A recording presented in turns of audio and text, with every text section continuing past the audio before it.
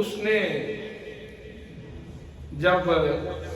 حضرت عطا کی باتیں سنی تو لونڈی نے اسی وقت ایک چیخ ماری اور اللہ کے حضور عرض کی میرے مالک آج تک میری اور تیری محبت راز رہا، آج تک میری اور تیری محبت کو کوئی جاننے والا نہیں تھا، آج پردہ اٹھ گیا ہے، میرے لائق تیرا بندہ میری محبت کے اوپر گواہ بن گیا ہے، اب مہربانی فرما لے، میری فراق کو ختم کر دے، میرے فراق کو ختم کر دے، میری جدائی کو ختم کر دے اور مجھے اپنے پاس بلا لے۔ اس نے چیخ ماری اور اپنے رب کے حضور چلی گئی۔ اِنَّا لِلَّهِ وَإِنَّا إِلَيْهِ رَاجِعُونَ۔ حضرات، یہ نماز اللہ نے گھر جانے سے پہلے نہا دھو کر تیاری کا ایک بہانہ دیا ہے۔ نہر ہے اللہ کے پیار کی، غسل کر لو، نجاست اتر جائے، غلاظت اتر جائے، فجر کے بعد ہو سکتا ہے تیری تیاری ہو جائے، ہو سکتا ہے ظہر کے بعد تیری تیاری ہو جائے، ہو سکتا ہے عصر کے بعد تیری تیاری ہو جائے، ہو سکتا ہے مغرب کے بعد تیری تیاری ہو جائے، ہو سکتا ہے عشاء کے بعد تیری تیاری ہو جائے۔ تو دن میں 5 دفعہ اس نہر محبت میں، نہر شوق میں غسل کر لو۔ نماز یہ نہر شوق ہے، نہر محبت ہے، اور جو 5 دفعہ اس کے اندر غسل کر لیتا ہے اور ہمہ وقت تیار رہتا ہے کہ کوئی پتہ نہیں سائیں کا بلاوا وہ واسطے کوئی بیماری بھی ضروری نہیں، سائیں دے بلاوے واسطے کوئی بیماری ضروری کتنی دفعہ ایسا ہوتا ہے بندہ سامنے ٹھیک ٹھاک بیٹھا بیٹھا اچانک ایک جھٹکا لگتا ہے، سائیں تنابیں کھینچ لیتا ہے اور بندہ اللہ کے حضور چلا جاتا ہے۔ اس کے لیے کوئی بیماری ضروری نہیں، اس کے لیے کوئی ایکسیڈنٹ ہونا ضروری نہیں، کسی وقت بھی بلاوا آ سکتا ہے۔ تو یہ نماز، یہ میرے آقا کریم نے کیا خوبصورت بات ارشاد فرمایا، فرمایا یہ تیرے دروازے کے سامنے یہ نہر بہہ رہی ہے، تیرے دروازے کے سامنے، سبحان اللہ، کہیں نہ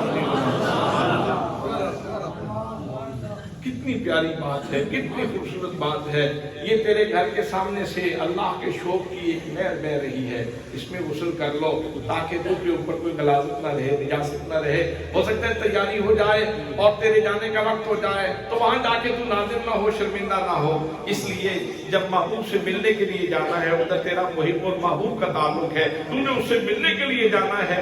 تو ذرا تیاری کر لے۔ سبحان اللہ۔ یہاں کسی دوست سے ملنے کے لیے جانا ہو تو نہاتے ہیں، کپڑے بدلتے ہیں، خوشبو لگاتے ہیں، گھر والے پوچھیں آج ماشاءاللہ بڑی ساج داج ہے، وجہ کیا ہے؟ تو جواب ملتا ہے دوست ہی بڑا گہرا ہے، اس سے آج ملنے کے لیے جانا ہے، اس سے آج ملنے کے لیے جانا ہے۔ تو اللہ نے آپ سے دوستی کا پیمان بہت پہلے باندھ رکھا ہے، آپ کی روح کی پاتال میں اس نے اپنی محبت کا جوہر انڈیل دیا تھا کہ جتنا عرصہ تو نے دنیا میں رہنا ہے، بے قراری میں رہنا،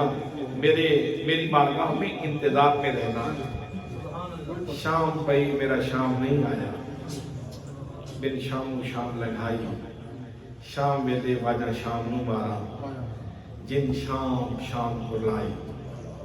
آ جاوے شاماں پہ گئی ہیں شاماں، پنچھی بھی شام نو آئے، سردار میاں اور شام چنگی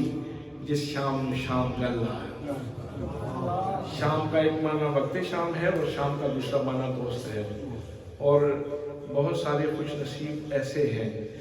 کہ جن کے پاس تو فرشتہ آتا ہے اور آ کے یہ صدائے محبت دیتا ہے یا ایتھا النفس المطمئنہ، اور جن کی زندگی درود پڑھتے ہوئے گزرتی ہے اور مصطفیٰ کریم صلی اللہ تعالیٰ علیہ وسلم کی بارگاہ میں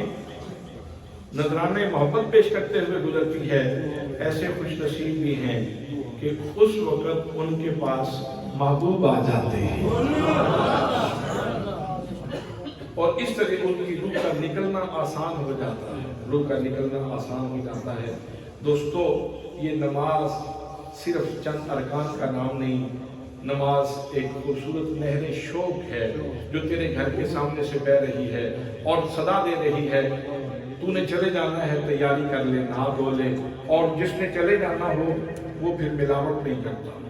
سبحان اللہ سبحان اللہ وہ پھر دھوکہ نہیں دیتا، سبحان اللہ وہ پھر اپنی تیاری میں ہوتا ہے، یار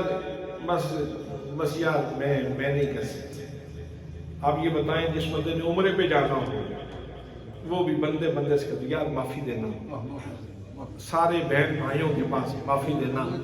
اللہ کی بارگاہ میں جا رہا ہوں، معافی دینا، مجھے معاف کر دینا۔